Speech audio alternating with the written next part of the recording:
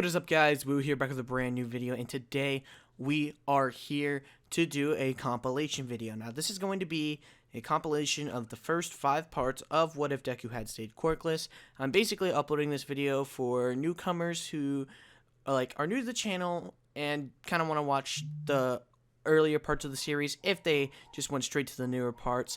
And this is also for just, an upload for the week, I'm not gonna lie, but I am working on a new video at the time of this recording, so it should come out probably the day after this video gets posted, hopefully, fingers crossed. And yeah, so for the newcomers watching the first few parts, here you guys go. And for older fans that want to watch the first 5 parts again, thank you for watching, and I'll see you guys in my next video. Peace out. Hey, what is up, guys? Woo here, and today we are going to discuss what I think would happen if Deku stayed quirkless in the My Hero Academia universe.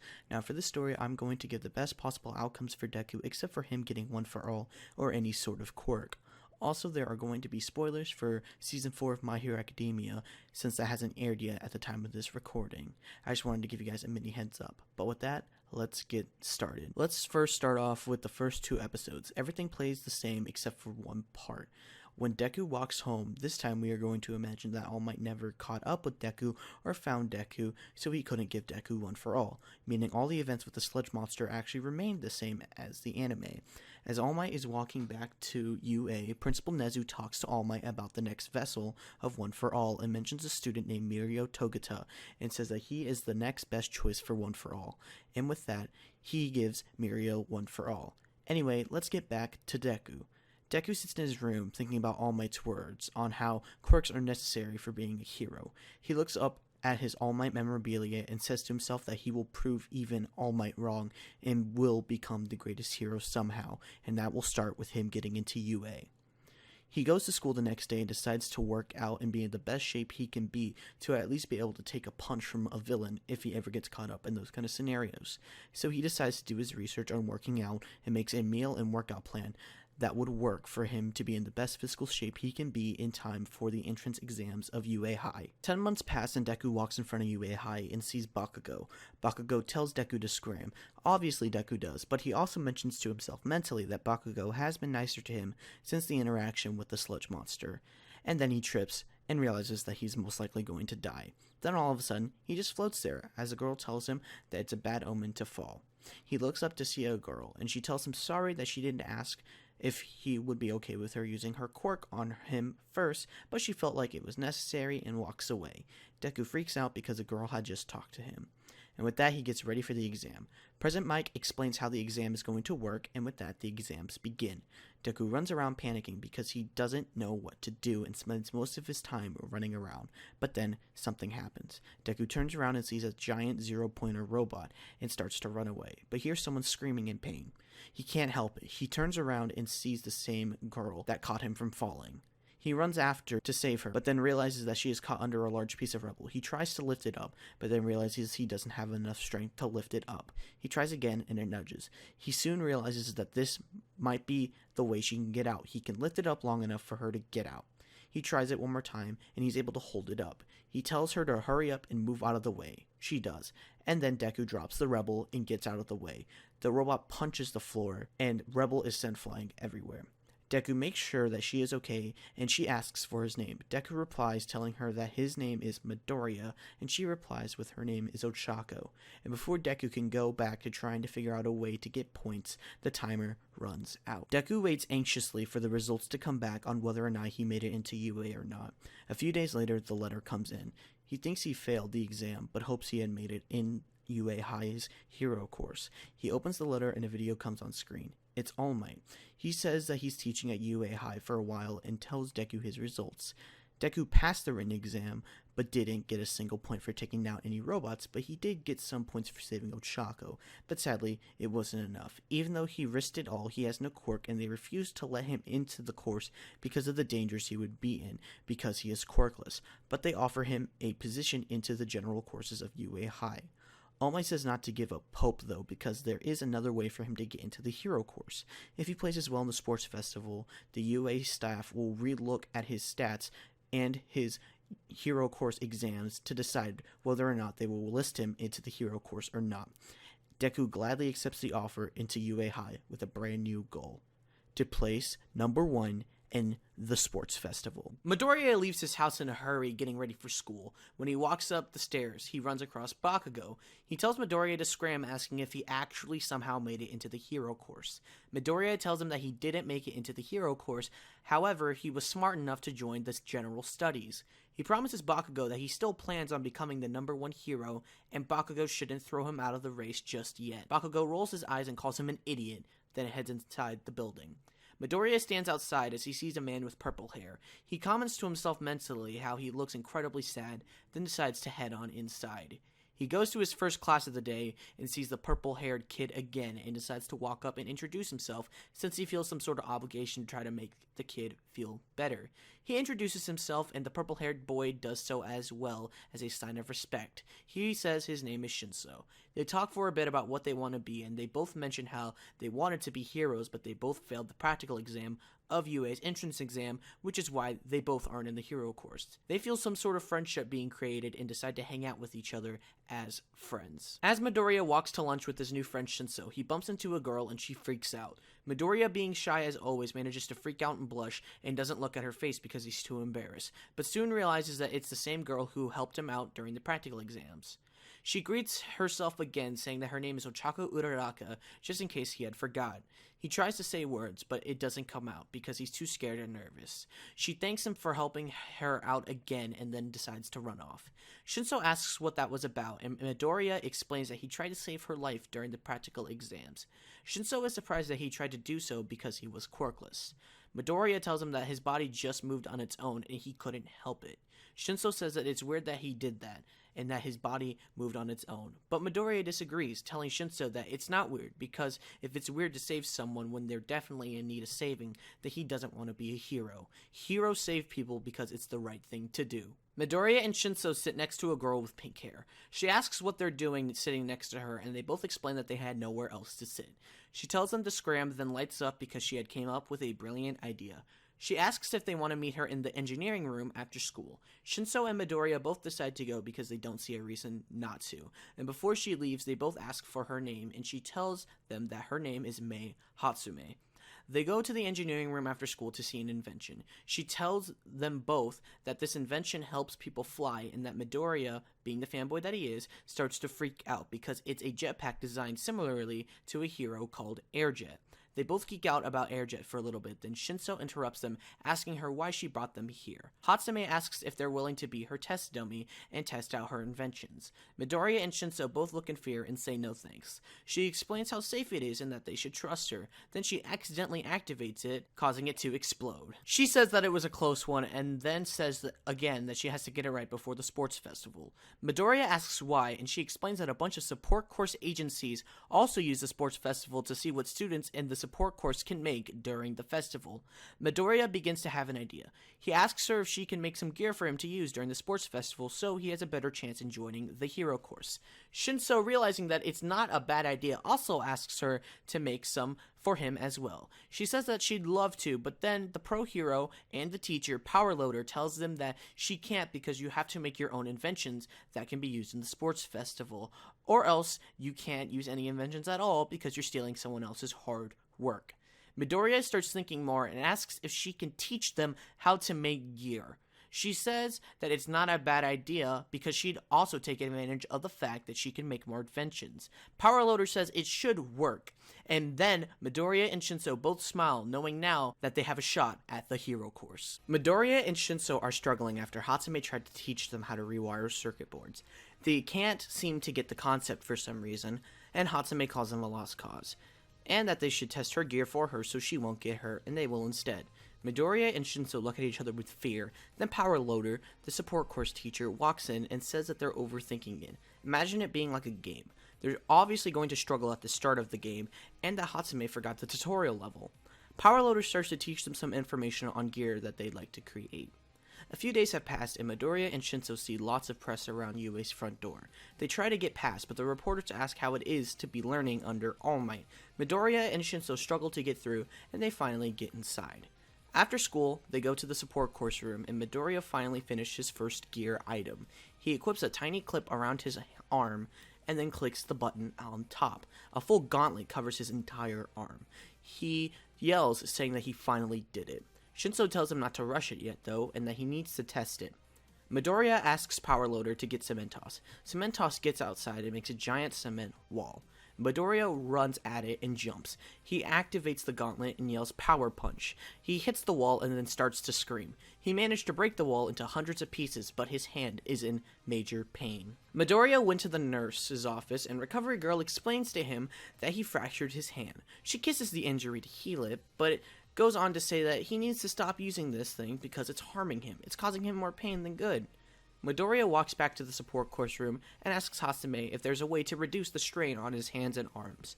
They come up with a solution, and then he tries it one more time with success. Midoriya jumps up, then hugs Hatsume and Shinso, then thinks of another idea. He asks Hatsume if she's still working on those floating boots. She asks why, and he says he wants to add some adjustments to the original design. He wants to upgrade the gauntlets as well.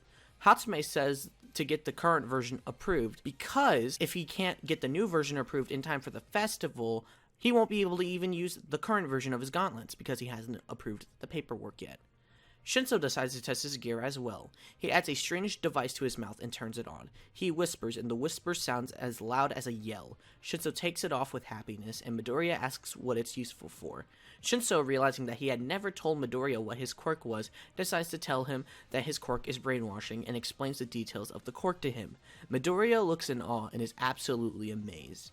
They talk more about improvements for their gear and then go home for the day. Midoriya goes to school the next day and hears an alarm go off. He sees students running away and wonders what it's about. He overhears a student say that they've never heard the alarm go off before, and that the students should hurry up and get to safety because this means they're probably in danger. Midoriya hears this and starts to freak out. He grabs Shinso and Hatsume and runs for it.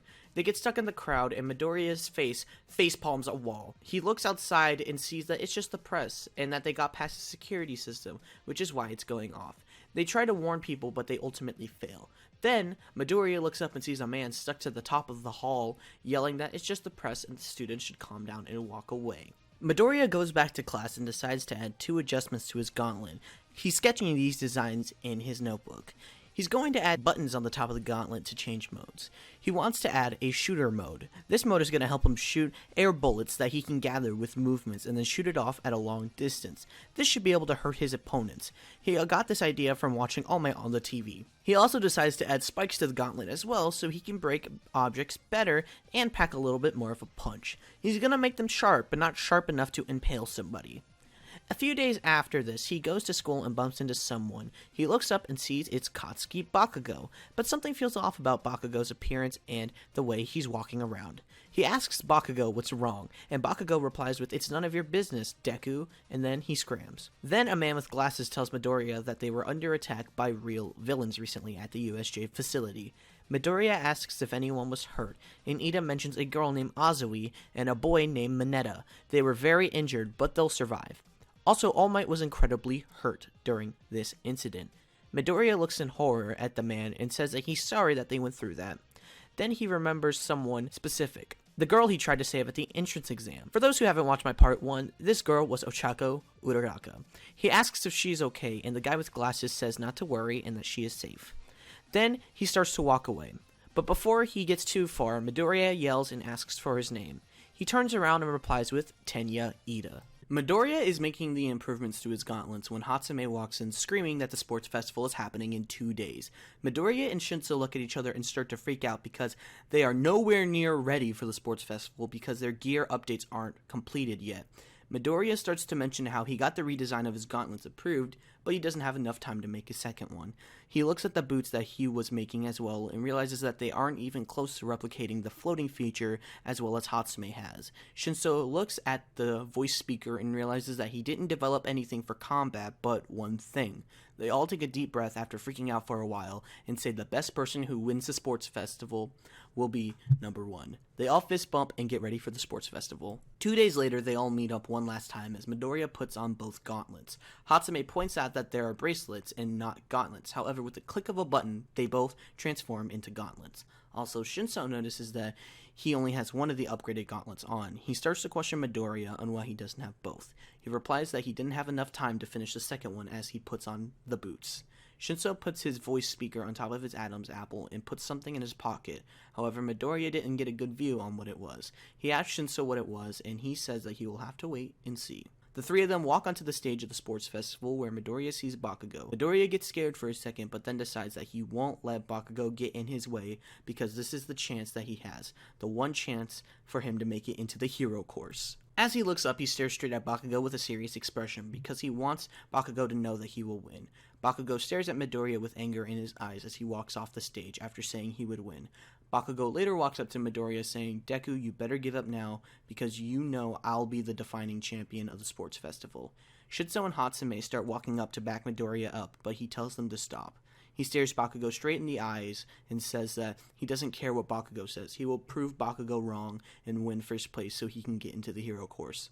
Bakugo looks confused as he walks away from Midoriya. The first round of the sports festival gets announced. It's a foot race, just like the anime, and the first 42 will prevail to the second round. With that, the countdown begins. 3, 2, 1, go. Midoriya runs. He is looking all around for an opportunity to shine as he keeps running when he sees the Son of Endeavor, Todoroki, start to cover the entire area with ice. Midoriya prepares himself as he activates his boots and makes a huge leap. Midoriya wasn't able to make the boots float, but he was able to make them give him a better leap. He activates the jets on the back of his shoes once he lands on the ground so he can sprint faster. Then, out of nowhere, the robots from the entrance exams comes out of nowhere. He stops but forgot to turn off the jets, so he takes a big flip and falls. He turns them off and gets back up. He turns on his gauntlets, ready to attack, and the robot attacks him, but he uses the upgraded gauntlet and turns it on the spike mode. Metal spikes start to envelop his gauntlet as he lands a punch and yells, "It worked." The robot brakes as he turns on the engine in his boots to keep advancing. He looks ahead and sees Bakugo and Todoroki. He braces himself to leap over them as he sees Bakugo start to fly using explosions and Todoroki sliding on metal lines. He stops himself and sees that there's a big fall. If he doesn't jump at the right time, he will fall, so he braces himself and makes the jump. The boots activate as he takes a big leap. He starts to realize that he won't be able to make the jump, but then he comes up with an idea. He activates the jets and activates the gauntlet's spike mode. He readies himself as he crashes into the wall. He looks up and sees that he didn't make the jump, but at least he isn't falling to the darkness. He decides to take one more leap to get back up on the floor to keep running. This time he makes it up and starts to sprint more. He looks ahead one more time and sees the minefield as he looks up and sees Bakugo and Todoroki fighting as they're trying to get across the minefield. He comes up with an idea as he readies himself to make a leap and then activates the long distance mode of his gauntlets.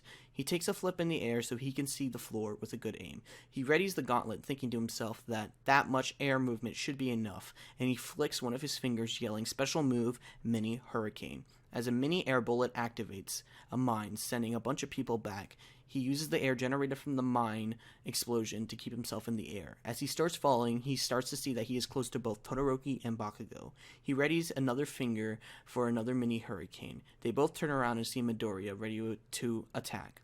Midoriya yells, saying, "I told you, Bakugo, I'm heading for first place," then yells Mini Hurricane. They both dodge the attack as Midoriya smirks because another mine activates in front of them, both just long enough for Midoriya to take the lead. The crowd starts cheering and going wild, and Midoriya activates the jets again and starts sprinting. He crosses the finish line in first place. Midoriya starts cheering in excitement as he starts to cry because he finally realized that he did it. He had proved to the world that he could get first place without a quirk, and starts to cry more because he realizes that he might actually have a chance in making it into the hero course after all. After Midoriya is done celebrating that he got first place, he hears an explosion and jumps. Bakugo is flying at him, yelling, "How did he get so good?" out of nowhere, as Todoroki looks down at his left side, saying that he still refuses to use it. A girl walks up to Midoriya and says that he did amazing and that she is surprised he had improved so much since the last time they met. He turns around and sees a girl, but something felt familiar about this girl. She turns her head and says, "Don't you remember me? My name is Ochako." Midoriya remembers her. She is the girl that he tried to save during the entrance exams. He starts to blush as she compliments him on how well he did during the foot race. Then Shinso and Hatsume walk up to him asking him how he thought of the idea to use the shooter mode in his gauntlets to help him create distance during the foot race. Midoriya gets overwhelmed as he thinks that this is the first time he's ever gotten this much attention. Ochako asks who these two people are, and Midoriya introduces them to Ochako. which were Shinso and Hatsume. She smiles, telling them nice to meet them. Midnight interrupts the meeting by yelling out loud that it's time for round 2 of the sports festival. It's a cavalry battle. Each of the 42 members have a point that will be put on the main person's headband when they're all added up, and the one with the most points will win. Starting at first place, they have 10 million points right off the bat. Midoriya looks in fear as everyone turns around and stares at him. He starts to realize that he's going to need to think of a plan right now for this to work, and he's going to need both of Hatsume's gadgets and Shinso's brainwashing for his plan to work. He walks up to both of them, asking if they're down to help him out. Hatsume says that she is down to help him since everybody's going to be paying attention to Midoriya's team, and it's a perfect opportunity for the support companies to see her gadgets. However, Shinso declines. He states to Midoriya that everyone is after him, including him, and that he can't shine if he is next to Midoriya the entire time. Midoriya looks at him in shock, and then grins, saying, "May the best general course study kid win," putting his fist out for a fist bump. Shinso fist bumps him back, saying the same thing, and then Shinso walks away. Midoriya walks up to Ochako, asking if she's willing to help him out, and she agrees, saying that she's returning the favor for him trying to save her life. They look around and try to find someone else to work with, but they couldn't find it in time. Midnight asks if everyone is ready as they put on their headbands. Everyone yells ready, and she says, "Begin." Midoriya looks around asking if they're ready. They all say yes, and then he yells, "Now." He activates a jetpack that Hatsume gave him, while Ochako uses her quirk to make them light enough for Midoriya to easily keep them up with his legs. They start ascending in the air when they see purple balls flying at them. As Ochako says, "Oh no, it's Mineta," Midoriya asks what his quirk is, and she explains to him that his quirk are purple balls that come out of his hair, and if they get stuck to something, they stay on them and you can't pull it off. Mineta is the only person that can pull off the purple balls. As Mineta continues to throw the balls at Midoriya, Midoriya realizes that if he is lucky enough to hit them, they'll go flying down, so he decides to focus on Mineta, trying to knock him off his friends, because if someone falls off their team and hits the ground, they are automatically disqualified. He asks if they can catch him if he jumps off. They both exclaim that they can, and Midoriya takes a leap. He activates the gauntlet shooter mode as he readies his special move, the mini hurricane. He yells mini hurricane, then realizes that he didn't use the right hand. He used the hand that didn't get the upgrade. He yells to himself, saying, "How did I manage to make the upgrade for my non-dominant hand?" He starts to fall as he tries to see if he can land a mini hurricane at Mineta, but then realizes that he is no longer at the right angle for him to do so. He starts to fall, wondering if this is how it really ends, as all of a sudden the girls catch him, telling him not to give up yet. They are there for him, and he needs to be there for them as well. Midoriya readies himself up, saying that he won't make the same mistake again. He tries to activate the jetpack again, but it doesn't work. It's out of fuel. Midoriya says, "Okay guys, time for plan B." He yells at Ochako to use it now, as she uses Midoriya's boots to give them a boost, and Hatsume uses her floating boots to give them more speed to levitate them up in the air as she keeps boosting. They start moving, bobbing and weaving past everyone. Midoriya gets his gauntlet ready and yells mini hurricane. He managed to hit someone hard enough with the air bullet to knock them off, thanks to the speed that is being created by Ochako and Hatsume. He had his gauntlet more charged up as well. Then all of a sudden, he turns around and sees that someone is after them, and they're coming up fast. Midoriya looks down at the floor, realizing it's Todoroki because the floor is covered in ice. He looks up, and Todoroki looks him dead in the eyes and says that the headband is his. Todoroki tells Ida to pump it as Midoriya tries to aim for Ida's foot to slow him down, but Ida is moving too fast for him to aim it right, so he quickly changes his aim at Todoroki and shoots a mini hurricane. Todoroki activates his right side, freezing the metal rod he was holding, smacking the air bullet, but not without the metal staff taking some damage and the ice breaking off. But then all of a sudden, Todoroki gets hit by a mini hurricane. He is surprised that he was hit as he tries to shake it off, but then gets hit with another one. He tells Ida to stop, surprised that he got hit, asking Midoriya how he hit them. Midoriya lifts up his hand, and he says that he had more than one mini hurricane ready, as Todoroki looks at the hand and realizes that there are 4 holes in the gauntlet for each finger. Todoroki gets mad, telling Ida to charge at them once again. Midoriya, ready for Todoroki to charge at him, shoots Ida in the leg with his last mini hurricane he had charged up, and Ida loses his balance, taking a knee to try to keep everybody from falling. But everyone falls except for Todoroki. He stays on top so they won't get disqualified, as Midoriya tells them see ya later. Midoriya keeps moving as he sees that there is a minute and 30 seconds left in the cavalry battle. He looks up and sees that he is far away from Todoroki, but then all of a sudden, in almost a flash, Todoroki is next to them. Midoriya jumps up in pure instinct, barely dodging them, but then he realizes that he's about to fall as he aims again for Ida. He looks up and sees Bakugo charging at him. He starts falling and changes his angle. He does a few flips in the air as Bakugo asks what's the point in that. Midoriya replies with that it's meant to help him gain some momentum so his gauntlet can get more ammo as he blasts Bakugo with a mini hurricane, knocking a headband off his neck. Bakugo tries to get the headband while charging at Midoriya, but then a mini shuriken flies past him, and he turns around to see who throws it. It's Shinso, and Shinso yells, "Over here." Bakugo replies with, "What's that?" then freezes. Midoriya realizes that Shinso brainwashed Bakugo as the shuriken gets caught in the headband that Midoriya knocked off, and then the shuriken goes flying at Shinso as he catches it, and Midoriya sees a receiver in Shinso's hand, realizing that the shuriken was the only gadget that Shinso had developed besides the voice speaker. Then, as he continues to fall, Ochako and Hatsume catch him, telling him to get ready for Todoroki. Todoroki tells Ida to step it, but then Ida exclaims that his reciprocal burst ran out of gas, and he can't use his super speed anymore. Todoroki shows anger as Midnight yells, "Time's up." Midoriya, Hatsume, and Ochako exclaim in excitement because they had won first place, making Midoriya 2 for 3 when it comes to getting first place in the sports festival. Midoriya looks up at the board to see who got in the top 4. The scores were Midoriya in first, Todoroki in second, Bakugo in third, and Shinso in fourth. Midoriya runs up to Shinso, telling him thanks for the save, and Shinso replies with thanks to him, he is able to actually participate in the final round. Bakugo walks up to Shinso, asking what he had did to him since he was about to get Deku, as Shinso walks away, saying that's my business and not yours. Everyone gets ready for the final round of the sports festival as they find out what it is. Midnight exclaims that it's a 1v1 and it's time for them to show the world how they can handle true combat. She also tells them to grab lottery balls to determine who they will fight in the final round. Every single matchup is the same as the anime, which y'all know what that means. Midoriya is going to fight Shinso, so who's gonna win? Let's find out right now. As Shinso looks up and sees who he is facing, he walks up to Midoriya and says, "May the best man win." Midoriya gives him the same sentiment as they both shake hands, ready for their round. The first round was Todoroki versus Sero, but we all know how that went. It's the same as the anime for this what if. Todoroki will destroy Sero in their match. Anyway, time for the fight that we have all been waiting for, Midoriya versus Shinso. President Mike yells that it is time for a very interesting match. The two general course study students who could win, Midoriya and Shinso. Midoriya, the man who had won first place in the entire sports festival, or the underdog according to President Mike of the sports festival, Shinso.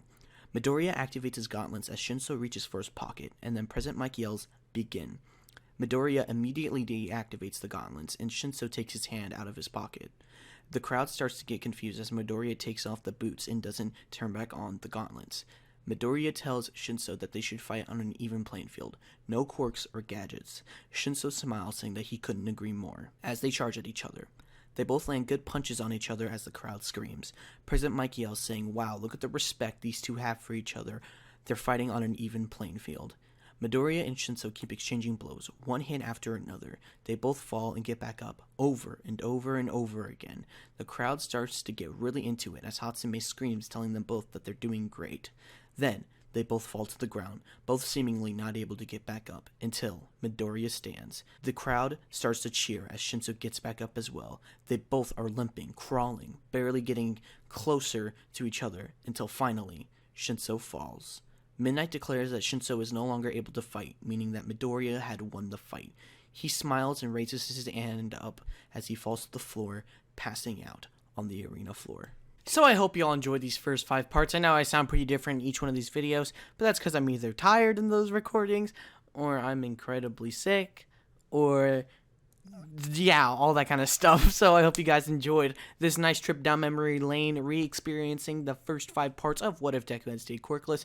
So if you guys enjoyed, again, be sure to like, favorite, comment, subscribe, and I'll see you guys in the next video. Peace out.